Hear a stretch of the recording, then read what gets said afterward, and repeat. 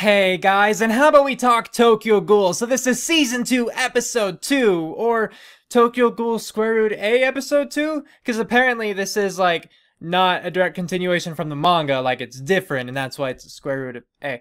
But yes, Episode 2! Am I late to this? Yes, I am. Why? Well, because I was sick, and then I didn't have internet, and then I was busy catching up on schoolwork and videos and all that, so I haven't been able to make an actual Let's Talk Tokyo Ghoul video in that time. But I did have time to watch the other episodes, so I've actually seen episodes 2, 3, and 4 already. Hopefully I won't accidentally talk about something that happened in one of the other episodes. Hopefully I'll stick in 2 successfully, but if I do accidentally stray over, I apologize. So with episode 2, you kind of get to see what really happened with everything. You get to see the results of it all. So there was the big attack with the Aogiri tree and everything, and Kaneki went away and all that, but you get to see what happened back with the coffee shop, with Anteku. They're just opening up again, and you get to see Toka, and she's all kind of, she's all sad, and she's planning to try to go to the college where Kaneki went. I forget what it's called. Kami, I think? But it's good to see the coffee shop opening up again. It's good to see that all those characters are still well, that they're all still having good relationships with each other. It's still nice to see that despite all that had happened, there's still some sort of solace there. At the same time, you get to see that the investigators, the doves, they're really kicking it up to try to catch the ghouls that were responsible for everything. So right now they're targeting the Aogiri tree, who they, believe is led by the owl, and they believe that Eye Patch, Kaneki, was, majorly involved, and they knew that he was involved in the death of Mado, and so he's a pretty big, target at this point too. And with that special, dove investigative team, you have Amon, as we would expect, and you have Juzo, and you have this other kid who's really jealous and all that I can't remember his name right now. And you have Mado's daughter, Akira. Or Akira? One of those. But she's the really brainy type, where she went through this whole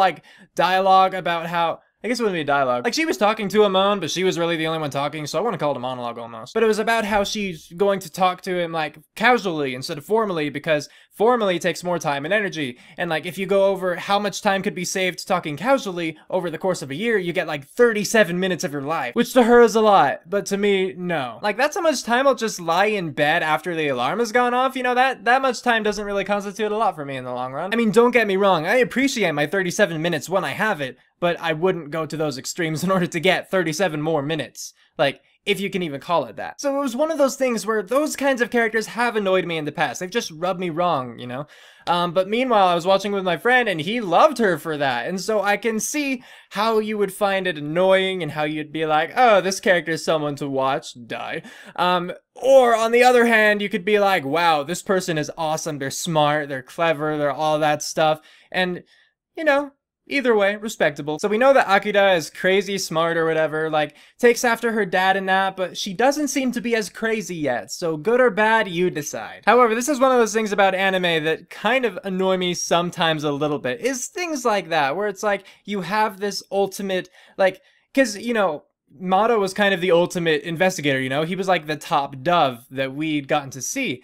And so then as soon as he dies, then his, immediate relative steps in and is oh yeah, I'm just as good, you just never heard about me. That kind of thing, I can see how it's necessary in anime to, to an extent, but at the same time, it does get kind of annoying sometimes. Like I mentioned before, it's the same kind of thing with, well, this guy's the most powerful. Oh, you killed him. I'm just kidding. This guy's the most powerful. Which does happen in this anime, and we will get to that soon. So yeah, you have Akira partnered with Amon, and Akira's kind of taking the other little investigator dude off. He seems young to me.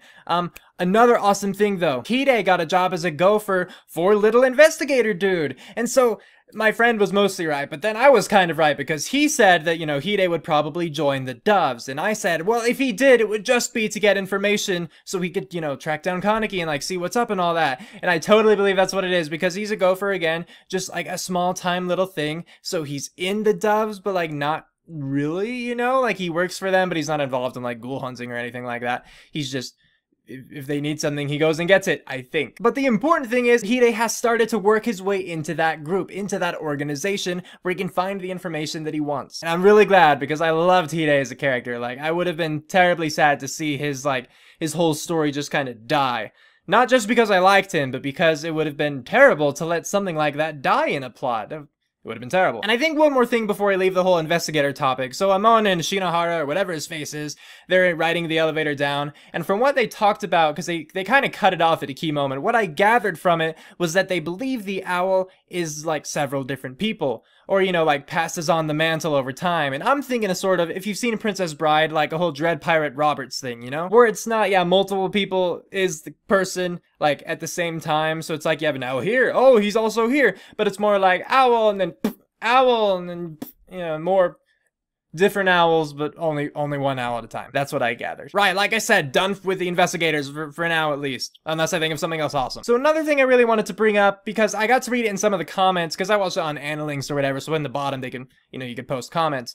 A lot of people were saying that this season in particular seemed really slow, and I don't think so, you know, I don't think it's really slow, I don't think it's really fast so far. I'm going total baby bear on this, you know, it's just right. Because we're getting to see, again, the rebuilding of everything that was lost, you know, after what happened in the season finale of season 1 and, you know, episode 1 of this season, like, a lot of things changed, and so the characters have to pick up and start again, a lot of them, you know, like, completely with some. I mean, mostly, I think the only one with, like, a complete pickup was Kaneki, because he, like, ditched everything and joined, like, a whole nother group, and so him, mostly, but yeah. But again, you know, we have the investigators, and they're changing their thing, you know, they got new information that they have to work with. Ontake, again, is picking up what they can.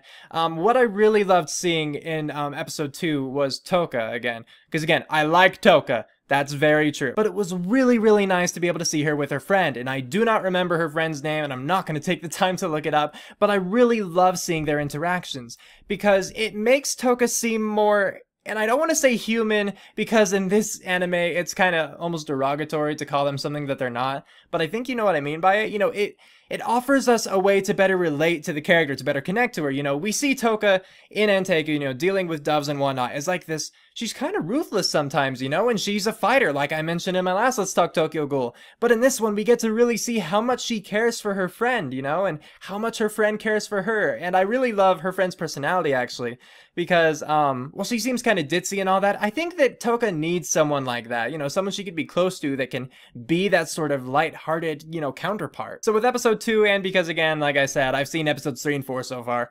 I like the pacing that they have right now. I like the fact that they're setting up new questions as they're answering old questions, you know? I like the fact that they're actually showing us, like, what's happened with all of the characters since everything changed. It's not just jumping, you know, straight into more action. No, they're giving us time to actually build things up, to learn about the characters again, and, you know, how they've been struggling and how they've been trying to, you know, work their way through that. And then, I'm sure, you know, once we reach a point of, like, strong attachment and where we're secure and everything, they're gonna tear it away from us, you know, and we'll have something else awesome happen. So I'm really looking forward to continuing this series. And poor Kaneki, it must have taken forever to make that coffee. He got like one sip and then he had to go. But before I ramble on too much longer, I'm going to call it. So with all that, thanks for watching! I hope you enjoyed that, and if you did, of course, feel free to leave a like, comment, and if you're new, even subscribe. It means a lot, it really helps me out, and I would love to have you guys. So, tune in next time for my next video, and until then, take care. Cue outro, go!